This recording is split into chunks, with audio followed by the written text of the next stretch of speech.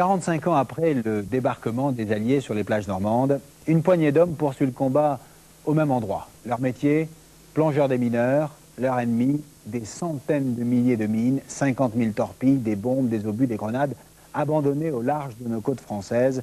Un véritable cauchemar estimé à 20 millions de tonnes d'explosifs. Une menace en tout cas permanente pour l'activité maritime locale.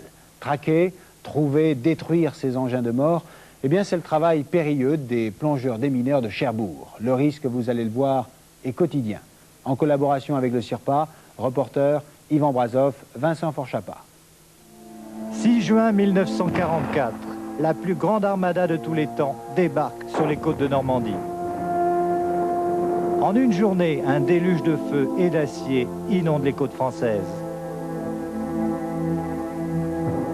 L'héritage de la Deuxième Guerre mondiale est encore aujourd'hui considérable. 240 000 mines, 53 000 torpilles, 21 millions de tonnes d'explosifs gisent par le fond, prêts à tuer à quelques centaines de mètres des plages. 45 ans plus tard, le Vulcain, bâtiment des plongeurs des mineurs, quitte à l'aube le port de Cherbourg. Sa mission, détruire les engins explosifs immergés. 46 ouest. 100 mètres. 100 mètres, bon. À 300 mètres du port, les instruments de bord signalent un écho suspect. Allez, on y va, c'est bon, on se présente. Le commandant Jouy décide d'immobiliser le navire.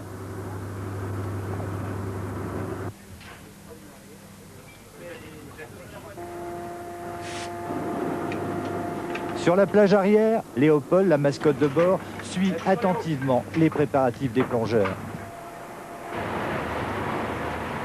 Pour les démineurs, il s'agit de retrouver l'objet suspect identifié par l'échosondeur du navire. Température de l'eau, 7 degrés. À 35 mètres, visibilité nulle. Seul point de repère, la boussole. Les hommes progressent, attachés les uns aux autres. Leurs bouteilles de plongée sont démagnétisées. Le moindre bruit ou la présence de métal pourrait déclencher la mine.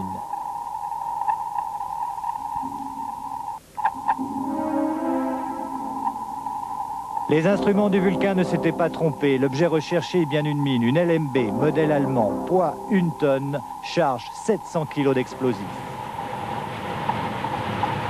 À bord du Vulcain, l'ordre est donné de neutraliser la mine. Une seule solution, la faire sauter avec une charge de 3 kg de plastique. Et là, avec le maître blanc, nous allons descendre et la détruire. C'est-à-dire que nous descendons avec un explosif et des détonateurs. Nous plaçons les explosifs sur la mine. Nous branchons les détonateurs que j'ai à la main. On remonte et on délove la ligne électrique et on tire.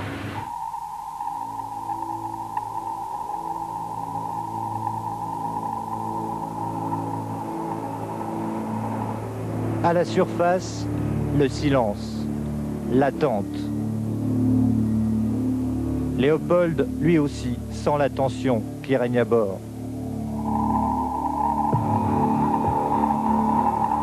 Les gestes, maintes fois répétés, s'enchaînent avec précision. Les plongeurs des mineurs ont une devise, on ne se trompe qu'une fois. Retour à la surface, plus aucun navire ne peut approcher la zone de tir. Le feu vert est donné pour le décompte de l'artificier. Le quai de Zodiac paraît pour compte à rebours de 10, 10, 9, 8, 7, 6, 5, 4, 3, 2, 1, feu! Cette mine aurait pu couper en deux les plus gros de nos navires et à terre raser un quartier sur 400 mètres de diamètre. Autre devise des plongeurs, une mine ne se rend jamais, il faut toujours la détruire.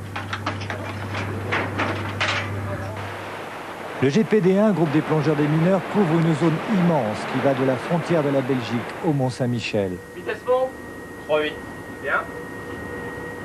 À la mi-journée, le commandant du bord reçoit un appel urgent de son PC à Cherbourg. Compte découverte bombe, forme cylindrique, longueur environ 1,20 m. Une bombe remontée dans les filets d'un bateau de pêche à quelques encablures seulement de la plage de Deauville. Charlie Lima, je préviendrai Alpha Fox pour mes intentions de travailler cet engin.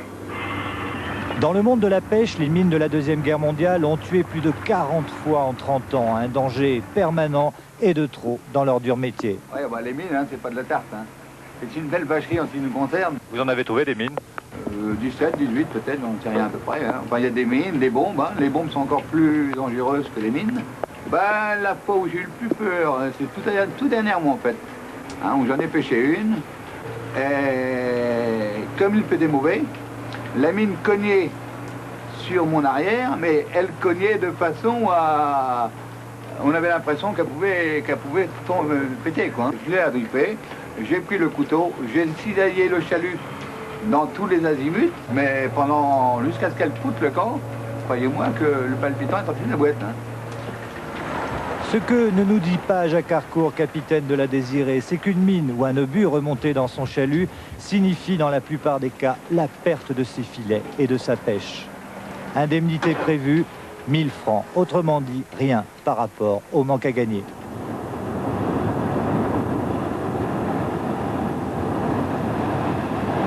En mer, le vent a forci grand frais. Le Vulcain fait route à vitesse réduite vers les plages de Deauville. Chevauchant les vagues, une vedette de la gendarmerie rejoint le bâtiment pour fournir les explosifs nécessaires à la mission. La mission, c'est là, devant les planches de Deauville, à seulement 800 mètres du bord, à l'entrée du chenal d'accès, au port de Plaisance. La mission, c'est 7 bouées rouges qui balisent la bombe trouvée par un marin pêcheur.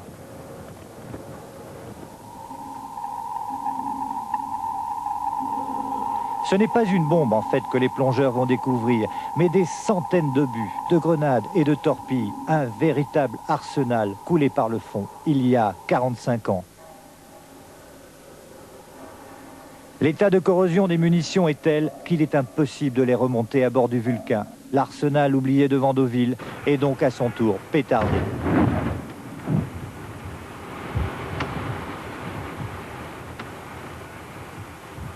« 5 tonnes d'explosifs neutralisés, une journée bien remplie pour les démineurs. Une journée comme les autres où le danger se vit au quotidien.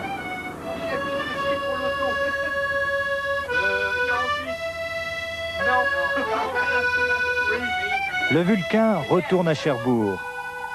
Mais demain, il faudra recommencer. Pour les plongeurs des mineurs du GPD 1, la guerre n'est jamais finie.